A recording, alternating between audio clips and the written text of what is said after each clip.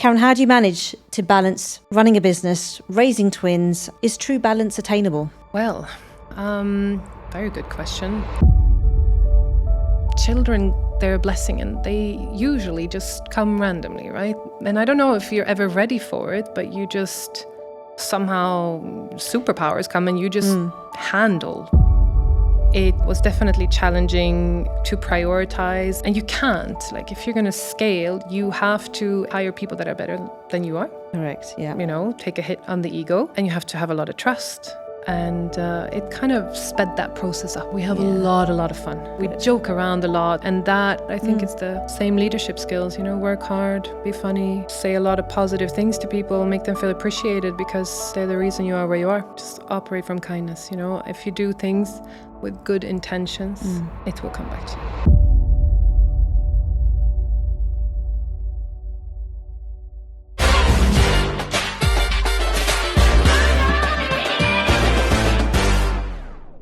Welcome to Sheconomy, the podcast dedicated to celebrating the rising influence of women in today's economy.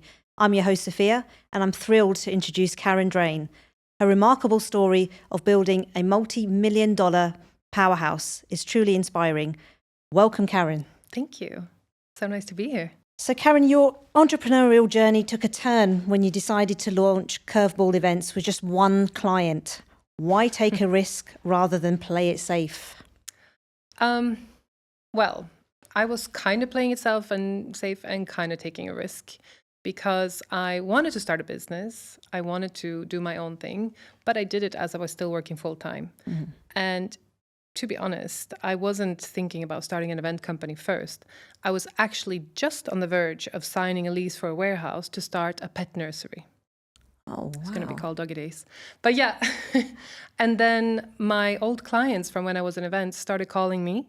So I started thinking about it and I said, why don't I set up an event company instead? At that time as well, I wasn't doing large events. I was doing promoters and hostesses for large clients, but it was easy for me to manage even if it was on a part-time basis. So I started that. And to be honest, I never even thought the company would reach $1 million turnover. If I would be honest, you know, I was looking at like, oh, imagine if I can hit 1 million dirhams, like that type of thing. So it was, I started a small business. Like my vision was very small when I started.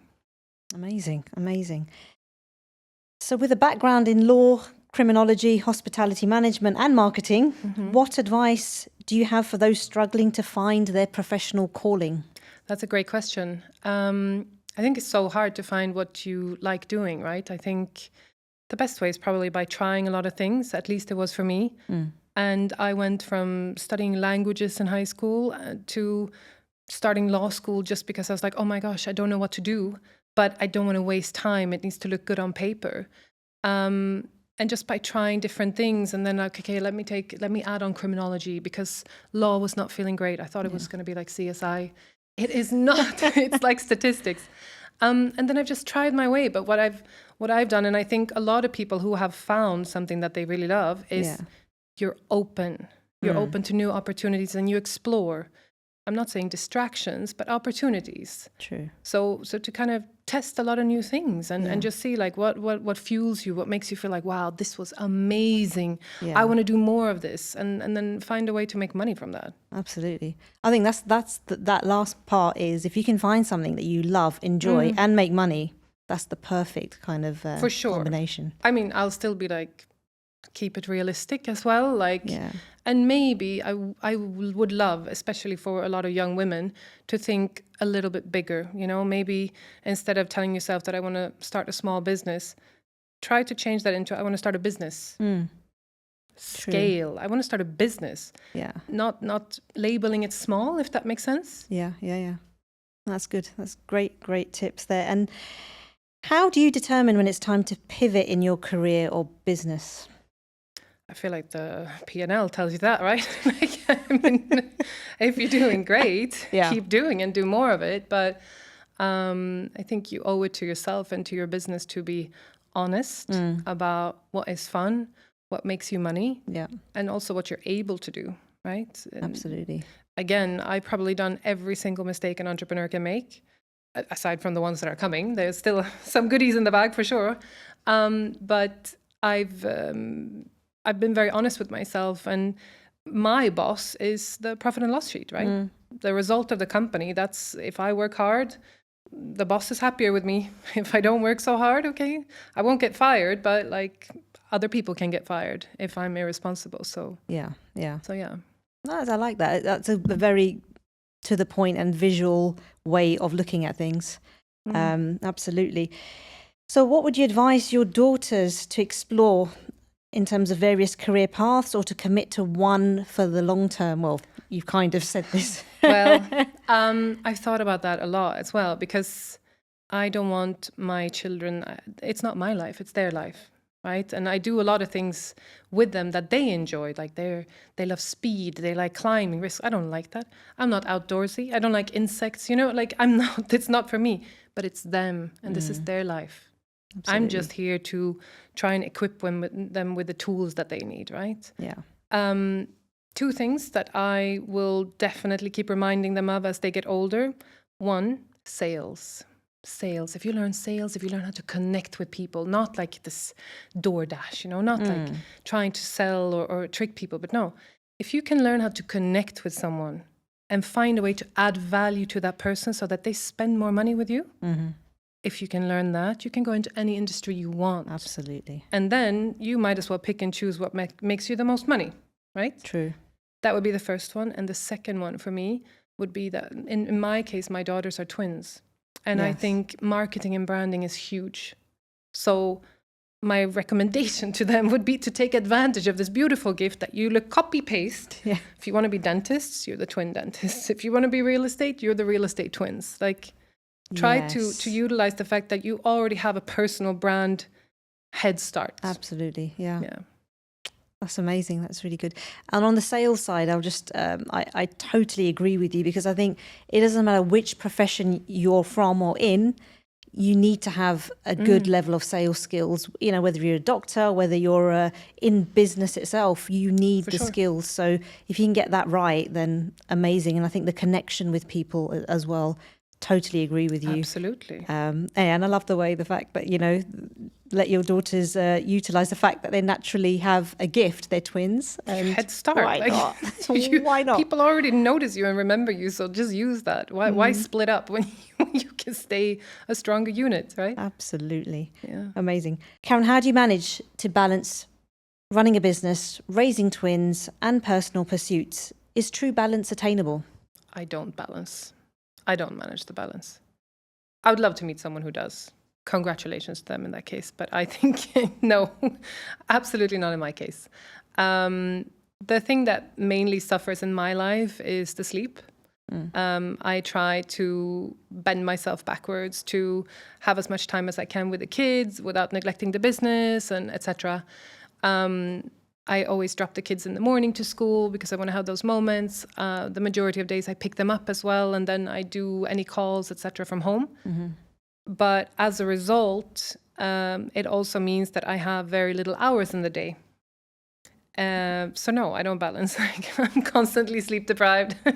I think the guilt is probably constant at this point. You always feel like you're either doing too little, although you're probably not, on either one of them, right? But I don't think it's possible to balance. And maybe it will be a more even balance later on when my children are older, because they have more of their own life and their priorities will be different. They will prefer to be with their friends more than with me, maybe. Yeah.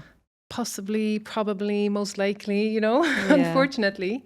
But when they're this young, for me, one of the main things about having my own company is that I have some more control. I don't work less hours. Absolutely not. But I work when I choose to. So I have more flexibility, and it means that I can be with my children when I want to. Okay. So that has been the main driving force for me, I think, in my entrepreneurship journey. And as well, because I barely just had started the company when my twins came, right? Yeah. We were just a year old as a company when I had twin girls. So they're in parallel, so to say. But yeah, the balance, I think maybe it gets better as they grow, perhaps. But I've definitely slowed down a bit on business during this time just because priorities change. I love the honesty, because it's so easy to say, oh yeah, I balance it all out, it's all brilliant. But, maybe some people do, like I could just be unorganized, maybe, I don't know. But and I would love for it to be a balance, but I'd be willing to bet that most women are struggling with a balance, and most women are probably feeling a lot of guilt about it, unnecessarily so, you know, and probably men as well for that matter. I'm not going to generalize. True. So it must have been extremely hectic having twins after a year into your own business. How was it? Yeah, I don't have much memory, no, but it was hectic, of course. The twin pregnancy as well were quite heavy. I spent a lot of time in bed rest. Yeah. What that meant was that, the control freak in me was forced to delegate a lot more. So it came with some benefits as well. It was definitely challenging to prioritize and to be present in the office. At the time, I still had my full-time job that they kept me on, but for part-time. I had my business and I had the babies. Oh my gosh. So it was quite intense, and I'm sure there's a lot of people, because children, they're a blessing, and they usually just come randomly, right? Like. Again, congratulations to the ones that plan.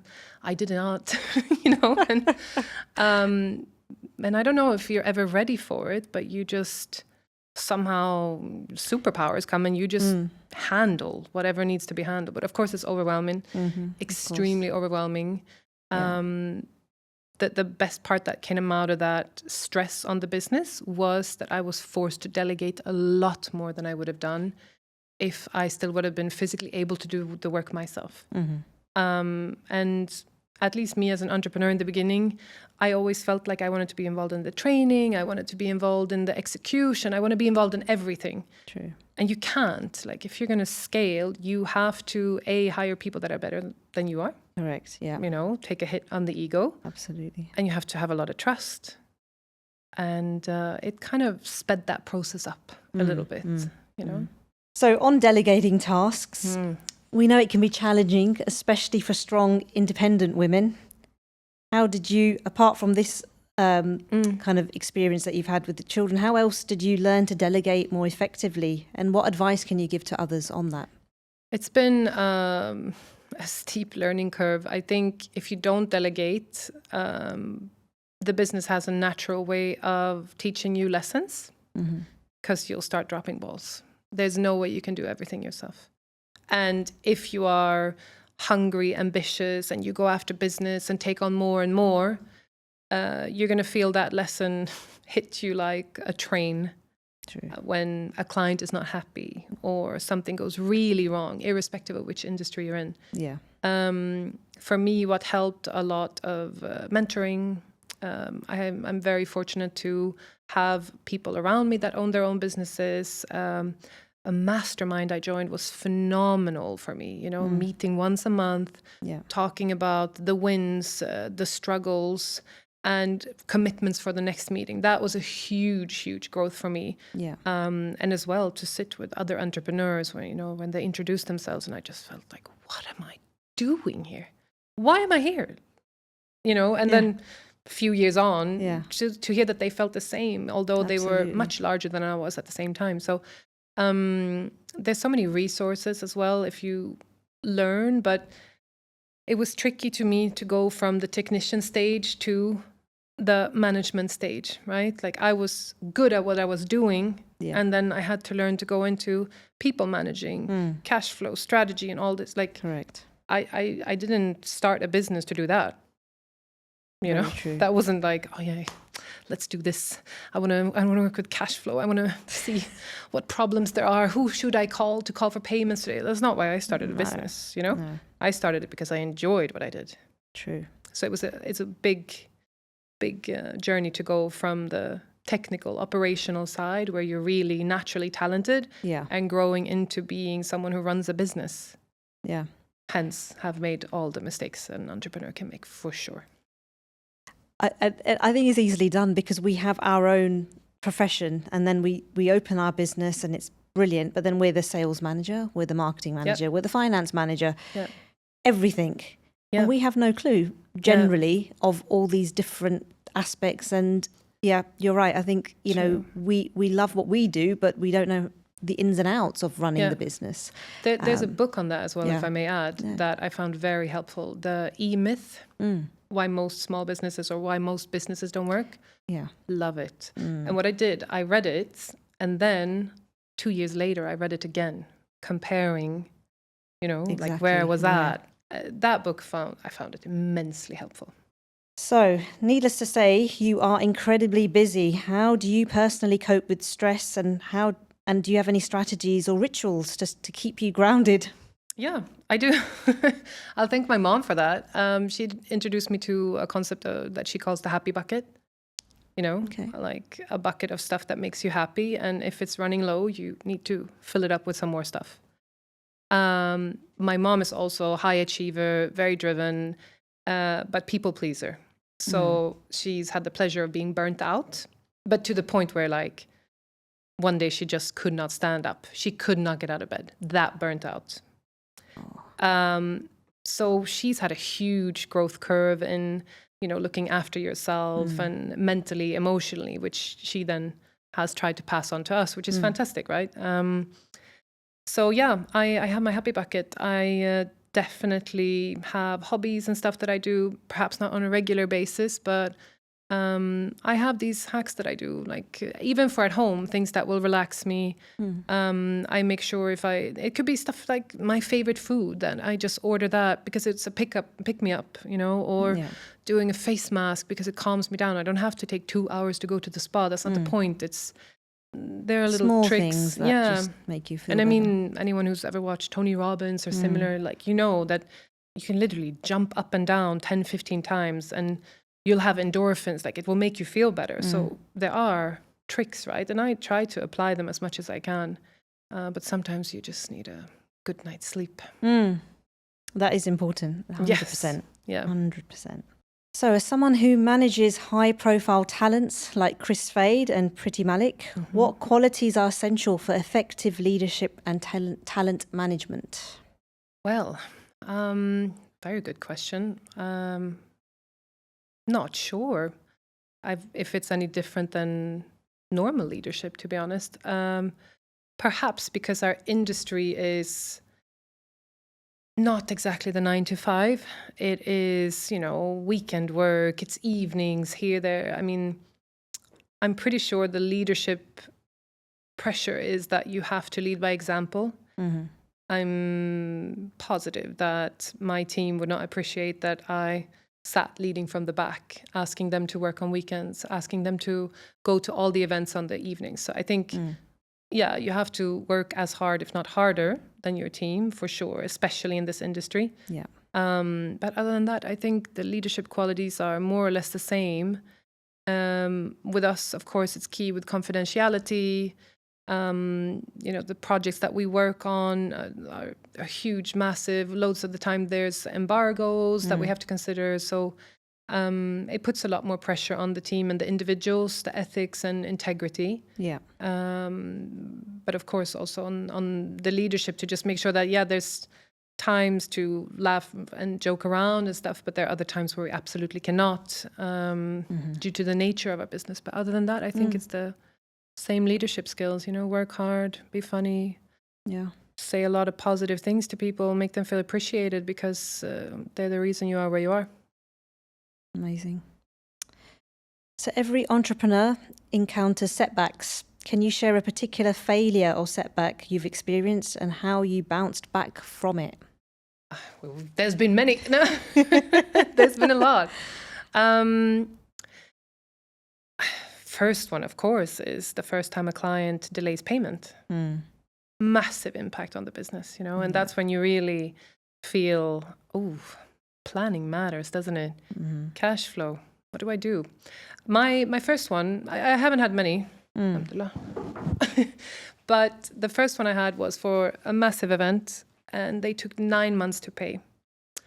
So for 9 months, business was teaching me loads of lessons. And it forced me to level up and be creative. How do I sort this out? And it taught me how do I speed things up. It probably would have been a lot later than that if I wouldn't have, managed things. It was a huge setback to the ego as well. You feel stupid, to be honest, for trusting people, for not planning better. You feel stupid for exposing yourself too much, or having too many projects at the same time.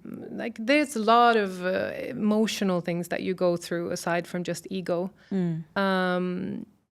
But it's growing pain. It makes you better, and it makes you smarter for the next time. Exactly. So for sure, the first time a client delayed payment was a massive setback for me. Another one was, of course, COVID. Yeah.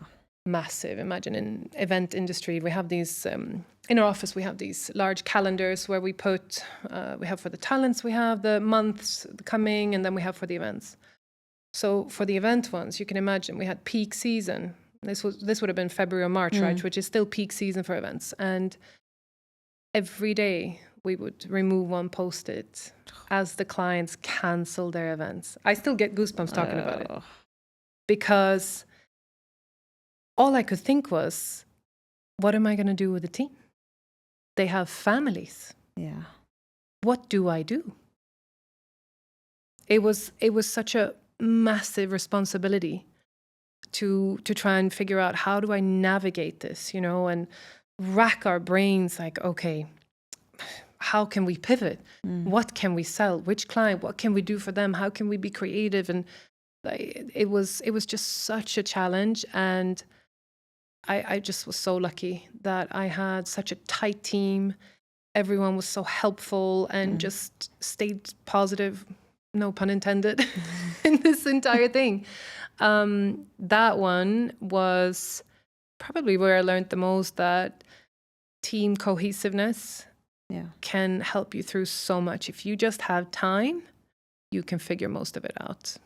So how do you foster a culture of flexibility in the workplace, and what impact does this have on employee satisfaction and productivity? Should ask them, but I look at things this way. We spend the majority of our time at work. So I reserve the right to have fun. I want to start the morning on a high note. I want to have fun. I want to order food. I want to joke, I want to hear stories. And we have a way of, we can share stuff, but we try and share it in a funny way. Like if you didn't sleep because your baby woke up 3 times and you're all blue under the eyes, make it a funny story. Like at least let us laugh at your misery, you know? Yeah. So we have this culture in the office, and of course, we have serious times too, but fun. We have a lot of fun. We joke around a lot, and that makes it, it makes it a different thing to come into work every day, And then, of course, we also have very flexible work hours that we can thank the pandemic for too. Because after that, I just decided that, hey, Fridays, you want to come into the office? Fantastic. You want to be at home and work in a tracksuit? No problem. That's great. And that has had a tremendous impact on the well-being, which I would imagine transfers over to results and productivity. Absolutely. For me as well, I measure based on how we do on a yearly basis. So I don't go into details, but as long as the team is happy and on a high note, I feel like it's going much better, at least. Sounds like great fun. It is. It is a lot of really fun. Does. We do have a lot of fun. Karen, what keeps you motivated and inspired to continue growing and innovating your business? Money. Love No, it. joking. Not only. But yeah, let's be honest. Of course, huge. Now, the difference is perhaps that I'm not motivated by only having money to me. It might sound cliche, but people can believe me or not. I really love, and what motivates me a lot from the beginning until now, is when I can increase the team or make the circumstances better for the team. It's something different. And I don't think you can understand it until you have a team of your own. And when you talk to people and, they talk about their holidays, what they're building in their home country or what they're doing here, their new hobbies, and you are contributing to families. Correct. it's a huge one. Like, at least for me, that is a great motivator. If you can just take a step back and look at it from that point of view. Yeah. I love adding on more people to the team and you know, also to our life as a team. I think it's fun to do a lot of fun stuff. But money also, of course, I love closing deals. The larger the numbers, the better. Like, I've gotten addicted to it, and I love sales. I love closing deals. So it's something that motivates me as well in terms of more of a challenge to continuously grow, right? I don't think it would be as motivating if I was closing a lot of deals on the same amount. For me personally, irrespective of what I do, I just want to do more and more and more. So, of course, there's a financial component in this. And I think as well, a really important one for me is freedom, flexibility. I love my work. I love it. But I love the most that I choose when I want to go and work most of the time. True. Yeah. So, talking about your girls again, what important values are you teaching your twins? Operate from kindness. Nice. Just operate from kindness. You know, if you do things with good intentions, it will come back to you. I love that. I love that. But also, I also tell them, don't put up with anything from anyone, you know? I'm not teaching them to be good little girls that say yes, no. They should be kind in what they do, but also, no, I'm happily supporting if you stand up for yourself. Absolutely. Yeah. Yeah. Yeah, no, I agree. And what advice would you give to young women who aspire to be leaders in their fields? Go get it. Go get it. If that's what you want to do, make sure you tell people, especially if you're in an organization. Try to get in with a larger company, even if it's at an entry level, I would say. Because if you show that you want to go places, if you take your supervisor or your boss aside and you say, hey, I want to be in a leadership role at one point. Can we work out a plan? Bet they will do it for you. Yeah. There's nothing people love more than when they're on the top to find someone who wants to come up and help them get there. Truly. True. Of course they want to. Yeah. Rather help you that wants to do it than promoting someone just because they've been working there for 5 years, you know? Like, so I would say go after a company, preferably a global one. If you can get an internship and make your way into an entry point position there, like I think that's a phenomenal way to get ahead. Great advice. And speak up. Yeah. Speak up. And I think a lot of women also, or young ladies also, you're right in the sense that you need to go and speak to the right people and tell them what you envision, because they won't know. Exactly, how will they know? And half of the problems are that we don't speak, or not we, but as women sometimes we don't speak up.